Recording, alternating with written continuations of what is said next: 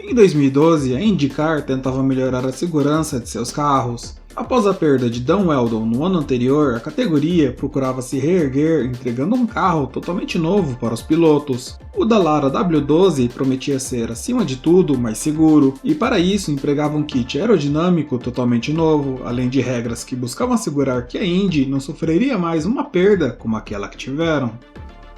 A última corrida na temporada 2011 da IndyCar ficou marcada na história da categoria. O GP disputado no Oval de Las Vegas foi interrompido na 11ª volta após um enorme acidente que envolveu 15 carros. Entre eles estava o carro da Sam Smith, pilotado por Dan Wheldon. O piloto britânico estava participando como convidado especial da Indy devido ao prêmio de 5 milhões de dólares que a corrida oferecia. Naquele ano, Wheldon não tinha equipe e havia disputado apenas um GP na categoria. No restante do ano, o campeão de 2005 estava trabalhando com a fabricante italiana Dallara na produção de um novo carro para a IndyCar. Anos antes, a competição anunciou que substituiria o modelo IR7 fabricado pela própria Dallara, e para isso lançou o plano Iconic, que é uma sigla para inovador, competitivo, roda aberta, novo, relevante para a indústria e econômico. O comitê era composto por especialistas e executivos como Randy Bernard, CEO da IndyCar, o brasileiro Gil de Ferran e Tommy Purnell, ex-chefe das equipes Jaguar e Red Bull da Fórmula 1. Para o design dos novos carros, a categoria recebeu projetos da Dallara, da Beth Engineering, da Lola, Swift e da Delta Wing, história que já apareceu aqui no canal. A decisão sobre o novo fabricante foi tornada pública em julho de 2010 e a Indy decidiu permanecer com os italianos. Wheldon realizou os primeiros testes com o carro na pista de Mid-Ohio em agosto de 2011 e nas semanas seguintes o piloto andou em Barber, no traçado misto no oval de Indianápolis e no oval de Iowa. Wheldon já havia andado mais de 3.000 km com o novo chassi, e toda essa experiência chamava a atenção da Andretti, que desejava o piloto no seu cockpit em 2012. Antes que as negociações prosseguissem, a corrida em Las Vegas veio e o Wheldon, como convidado, largou em último. Quando o acidente aconteceu, o piloto ocupava a 24ª posição.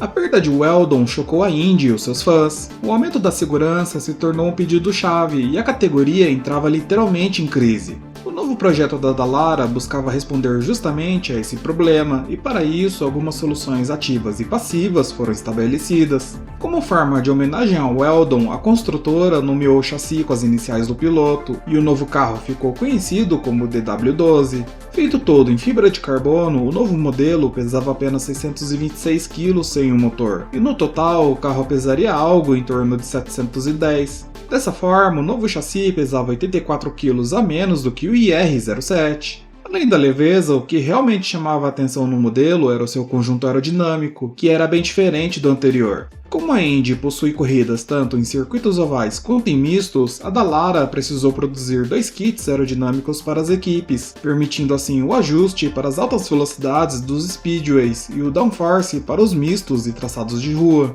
Estruturas semelhantes a para-choques foram incorporadas nas rodas traseiras para diminuir as decolagens de carros, no caso de rodas entrando em contato. Esse tipo de acidente era uma preocupação que vinha aumentando na categoria, já que os pilotos andavam muito próximos uns aos outros, especialmente nos ovais. No acidente que vitimou Wheldon, esse problema foi crítico nas consequências.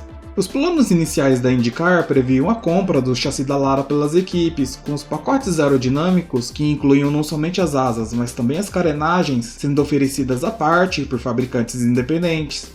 Em teoria, a prática diminuiria os custos para as equipes, que teriam à disposição diversas alternativas para utilizar em seus carros. Purnell, do comitê Iconic, fez um convite aberto a fabricantes e empresas de tecnologia, como a Lockheed Martin e a GE, na esperança de atrair uma boa quantidade de marcas. Os primeiros fabricantes a oferecerem os kits foram a Chevrolet e a Lotus, mas a Indy decidiu adiar a ideia para o ano seguinte, em 2013, para diminuir o impacto financeiro nas equipes. A expectativa era de que os pacotes custassem no máximo $70 mil aos times, e em 2010 a Dallara anunciou que cada conjunto de chassi, o que incluía o cockpit, suspensões e uma opção de bico, custaria $349 mil. Antes do lançamento dos pacotes independentes, o kit original oferecido pela Dallara recebeu algumas críticas dos pilotos e do público, em grande parte porque era considerado feio. Além das mudanças do perfil aerodinâmico, os motores também passaram por alterações. No lugar dos motores aspirados V8 de 3,5 litros da Honda, a IndyCar passou a utilizar motores turbo V6 de 2,2 litros fornecidos pela Honda, Chevrolet e Lotus. Os japoneses foram os únicos que ofereceram diretamente os motores por meio da divisão Honda Performance Development. As outras duas fornecedoras se utilizaram de parcerias. O combustível permaneceu sendo etanol E85 e a potência dos motores variava entre 550 a 700 cavalos de potência. A unidade de comando e gerenciamento eletrônico também era única para todas as equipes, sendo fornecida pela McLaren. Os freios também passaram a ser feitos em carbono, no lugar dos tradicionais discos de aço. Para evitar que as grandes marcas abusassem de seu poder financeiro e de grandes pesquisas, a categoria proibiu a utilização de materiais exóticos na produção de peças para o motor. Na prática, isso significou a proibição de ligas que contivessem mais do que 3% de berílio, irídio ou rênio, ligas à base de magnésio, compósitos com matriz de metal, entre outros. O peso mínimo do motor ficou especificado em 112,5 kg. Mesmo com as regras rígidas, a Judd teve dificuldades para produzir o motor. A Honda levou o novo equipamento à pista em agosto de 2011 e a Chevrolet por meio da Hummer no mês seguinte, em setembro. A marca de John Judd, por sua vez, só foi iniciar os testes em 12 de janeiro, cerca de 4 meses depois das rivais. Os primeiros carros conceito foram revelados em 12 de maio de 2011 e acompanhavam dois kits aerodinâmicos, um para circuitos ovais e outro para os mistos. A segunda fase de testes teve início em outubro, com Scott Dixon e Will Power no circuito de Mid-Ohio com motores Honda e Chevrolet. Os testes foram interrompidos devido ao acidente de Weldon e quando voltaram ao final de outubro, vários pilotos puderam andar com o DW12 em Sebring, Fontana, Homestead, Phoenix e Arizona. O motor Lotus só foi iniciar os testes em janeiro, apenas alguns dias antes dos testes com as equipes. Quando os pilotos entraram em contato com o novo carro, as recepções foram mistas. Justin Wilson ficou impressionado, mas Ryan Hunter-Reay criticou os freios de carbono, mais eficientes do que os de aço. Durante um teste em Fontana, Dixon identificou um problema na distribuição de peso do carro, o suficiente para causar understeer.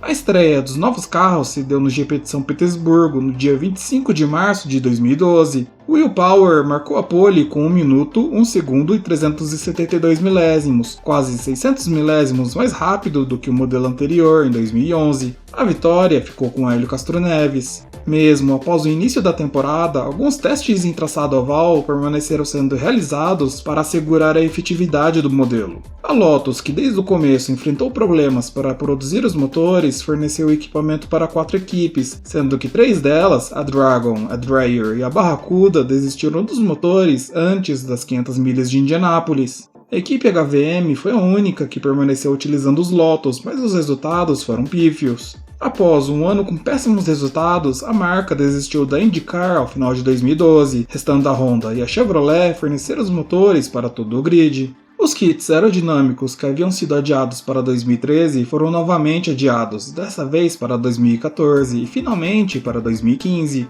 Nesse período, as equipes permaneceram utilizando os pacotes padrão fornecidos pela Dallara. Nas 3.500 milhas em que foram utilizados, o carro puramente Dallara proporcionou 136 mudanças de liderança. Só em 2013 foram 68, um recorde para a categoria. Os primeiros pacotes aerodinâmicos foram apresentados pela Honda e Chevrolet por meio de parcerias. A Worth Research produziu o kit para a Honda, enquanto a Pratt Miller desenvolveu para a Chevrolet. Em sua primeira temporada, os usuários de kits Chevrolet se mostraram superiores aos carros de pacote Honda. Em 16 etapas, os carros equipados com kits Chevy venceram 10 e Dixon venceu o campeonato. No meio da temporada de 2015, os dois fornecedores de kits promoveram alterações nos pacotes, com a Honda removendo partes da asa dianteira e a Chevy introduzindo um winglet. Após alguns acidentes envolvendo carros com pacote Chevrolet nas 500 milhas, algumas alterações foram adicionadas aos carros para promover maior segurança. Placas foram instaladas nos assoalhos para impedir a decolagem dos carros, uma solução que já havia sido utilizada na série antes. Amarras feitas em Zylon também foram instaladas para impedir que partes soltas atingissem outros pilotos, como foi o caso de Justin Wilson no GP de Pocono. Mudanças aerodinâmicas foram implementadas em ambos os kits, com a Honda alterando a asa dianteira, side pods, entre outros. A mudança surtiu algum efeito, diminuindo a distância entre os carros equipados com o pacote Chevrolet e os Honda. Em 2017, a IndyCar anunciou a terceira versão do chassi W12, que contaria com um pacote aerodinâmico único a partir de 2018. Com o codinome de UAK-18, o novo pacote removeu parte da proteção das rodas traseiras, que foram consideradas ineficazes na prevenção de acidentes, além de serem frágeis. Um dos objetivos do novo kit era de gerar mais downforce por meio do efeito solo, tirando um pouco da importância depositada nas asas dianteira e traseira. Além da maior simplicidade, as equipes passariam a utilizar o mesmo pacote tanto nos circuitos mistos quanto nos ovais, diminuindo ainda mais os gastos. Outras mudanças menores incluíam a troca dos assentos dos pilotos, aumento no comprimento e largura do cockpit, entre outros. A última grande mudança no chassi foi a instalação de uma proteção para o cockpit, seguindo o mesmo caminho tomado pela Fórmula 1 com o Halo. O Advanced Frontal Protection estreou nas 500 milhas de Indianápolis de 2019 e ele era basicamente uma pequena peça instalada na frente do cockpit. No ano seguinte, em 2020, o Aeroscreen foi implementado, aumentando substancialmente a proteção para os pilotos. A peça é uma combinação entre o halo utilizado na Fórmula 1 e uma proteção que cobre totalmente a frente do piloto. A peça foi desenvolvida pela Red Bull Advanced Technologies em parceria com a Dallara e passou a ser utilizada a partir da temporada 2020 da IndyCar.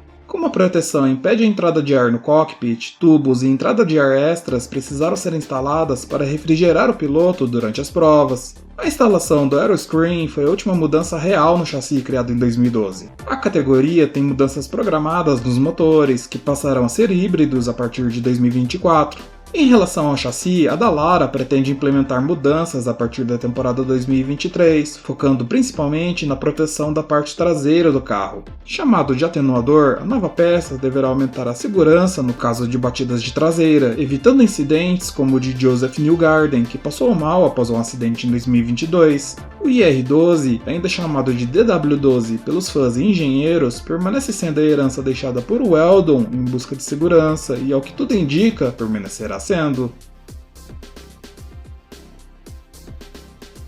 Se você gostou do vídeo e quer mais informações sobre Fórmula 1, Indy, entre outros, inscreva-se no canal. Dúvidas, sugestões ou dicas são sempre bem-vindas, deixe aqui nos comentários.